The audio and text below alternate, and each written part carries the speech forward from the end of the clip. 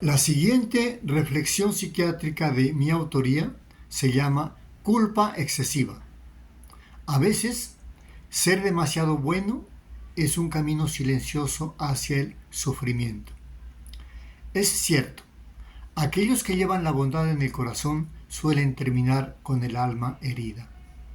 Entre 5 hermanos, el más noble es el que se sacrifica para cuidar a los padres ancianos.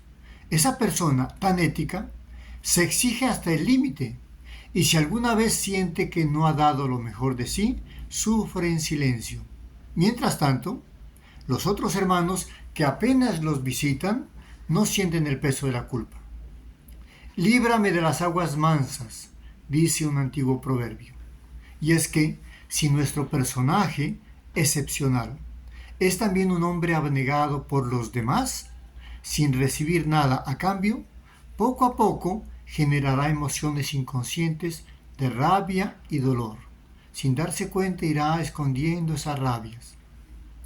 Estos sentimientos, algún día, como un volcán dormido, pueden estallar en un ataque de pánico, en una explosión de agresividad desmedida o en pesadillas y episodios de sonambulismo inexplicables. Pero lo más aterrador es que esa sombra inconsciente, como la llama Carlos Jung, puede manifestarse en enfermedades que parecen surgir de la nada, desde una migraña hasta el misterioso síndrome de Guillain-Barré, esclerosis lateral, artritis, Parkinson, locura, cáncer, etc. El cuerpo se convierte en un campo de batalla donde la bondad extrema cobra su precio. Conocí a un hombre muy amoroso y responsable con su familia, y cuando viajaba con ellos, sentía que una fuerza oscura lo empujaba a desviar el auto hacia un precipicio.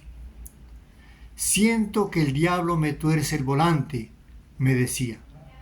Esos extraños pensamientos, ideas obsesivas, las sentía como una traición a su virtud. La ironía más cruel es que los sociópatas, los criminales, esos desalmados que caminan en la sombra, actúan sin remordimiento alguno. Roban, estafan, agreden, engañan, satisfaciendo sus instintos insaciables y no se enferman. Algunos se pasean entre nosotros, con trajes impecables, ocupando altos cargos en la política o en los negocios, mientras su corazón permanece inmune a la culpa. Sigmund Freud, en su monumental obra Tótem y Tabú, narra los duelos de algunas tribus. El familiar que más había amado y cuidado al moribundo debía velarlo durante un largo periodo, con rígidas restricciones en sus actividades.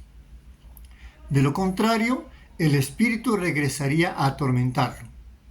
Recuerdo que mi madre me contaba cómo las viudas de su época no podían ir al cine y debían vestir de negro muchos meses.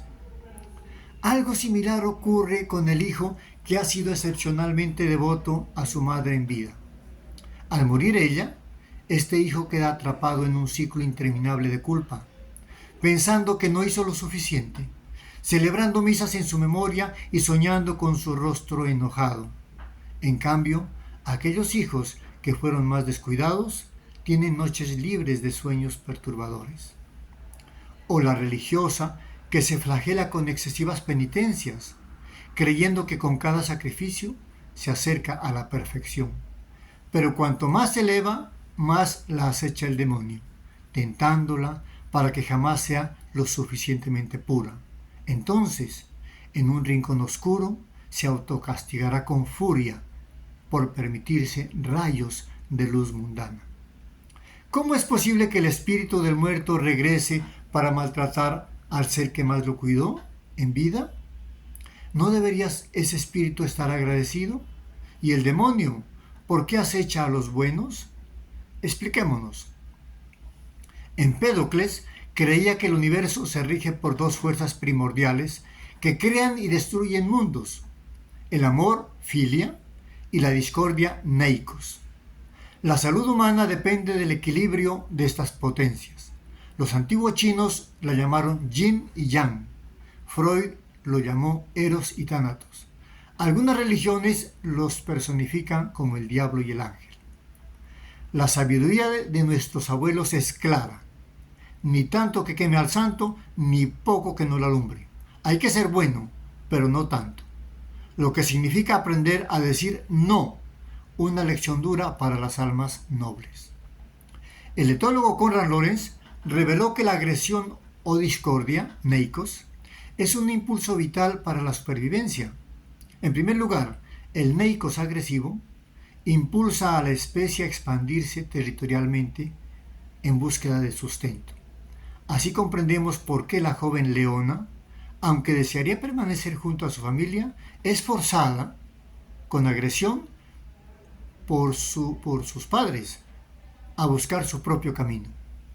En segundo lugar, el neikos agresivo se manifiesta en forma de órdenes firmes que establecen jerarquías indispensables para la cohesión social, aunque nadie desee ser sometido. Este comportamiento es evidente en los babuinos, cuya vida en comunidad depende de una estructura de liderazgo clara. Finalmente, el neikos agresivo asegura la diversidad genética de la especie a través de la prohibición de relaciones entre familiares. Claude Lévi-Strauss se refirió a esta prohibición del incesto como la ley de las leyes, una norma que sustenta el orden social y biológico. Prohibición bellamente simbolizada de comer la manzana del Edén. Así que si una hija se enfurece con sus padres y decide irse a Australia, esa pelea, por violenta que sea, podría ser beneficiosa. Los genes viajan, la familia se expande y en el futuro habrá alguien a quien visitar en tierras lejanas. Si reprimimos la agresión, es como esconder al neikos, al diablillo, al tánatos, al yin, en algún rincón de nuestro ser mientras dejamos que florezca, se infle la filia, el ángel, el eros o el yang, creando un desequilibrio emocional devastador. Mientras que en los psicópatas y en los animales la agresión se desborda sin límites, en los seres humanos demasiado éticos tiene tres destinos. Primero, se transformará en culpa agobiante y baja autoestima. Segundo, se manifestará como autoagresión inconsciente que causa enfermedades tanto psíquicas como físicas.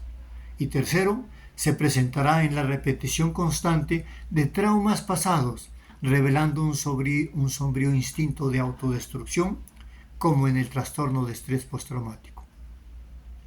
La vida, después de todo, siempre está acechada por la sombra de la muerte. Muchas gracias.